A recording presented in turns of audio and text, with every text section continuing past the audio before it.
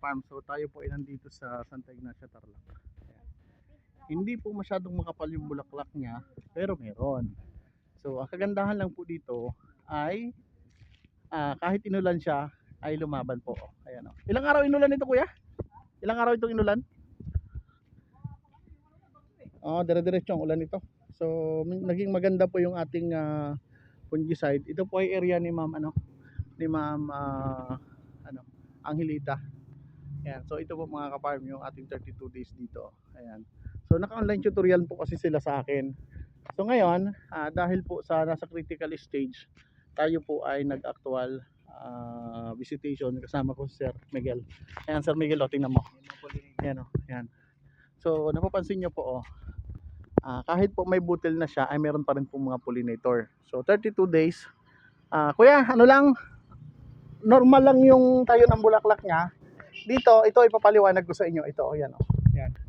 So, kung hindi natin ito gagalawin, nakikita nyo umiitim na yung kanyang mga korona ng bulaklak. Ang kalaban na natin dyan, fungus. Kailangan natin dito sa escudo. Huwag natin i-underdose. Ayan. So, kung kuya, kung gagamitin natin si escudo ng may combination, pwede siya 80 ml. Lista mo, 80 ml. Ayan. Meron yan. So, kahit hindi namin product, lagyan ninyo 1/4 kilo ng antrakol.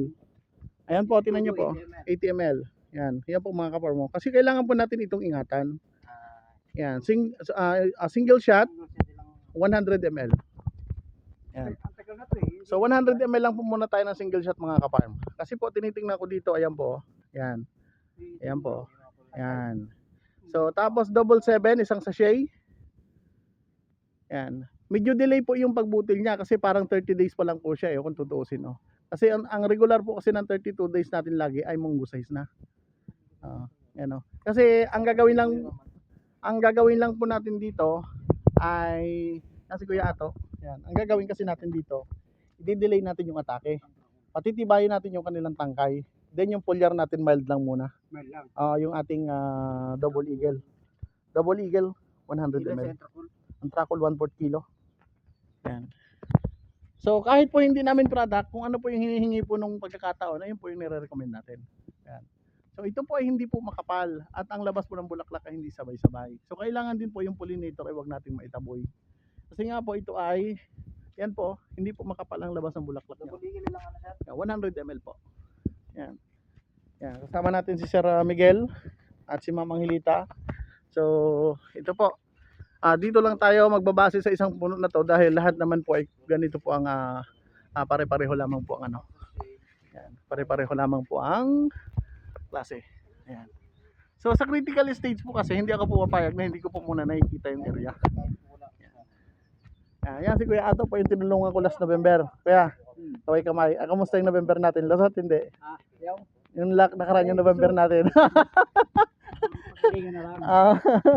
Yan. So sila po yung tinulungan natin ng November. Naging matindi po ang atake. So hindi na lang po yun ipinost ni Kuya dahil marami pong nagtatanong. Pero yung kasabay po namin noong nakaraan ay ubos. Hindi ko ipapakita sa inyo. Tingnan ito. Doon sa amin ubos din. Ayan po, yan. So andito lang po kami sa isang puno kasi sabay-sabay namang in-spray. Kaya sa likod meron pa sa Yan. Kaya inano natin, malayo po kasi yung iba. Malayo. Dito na nakapal. Dito na. Hindi po makapal yung bulaklak niya ha. Pero meron. Ayan. Sabi ko nga po, hindi natin kailangan yung makapal na bulaklak. Ang kailangan po ay makabuo tayo ng butil. So ayan po, ayan. Yan. Ayan po. So yan lamang po. At maraming salamat. Awa po ng Diyos, itong butil na ito, pag napangalagaan po ito, sa isang tangkay po may mabubuo dyan, mga 6, 8 hanggang 10. Ayan.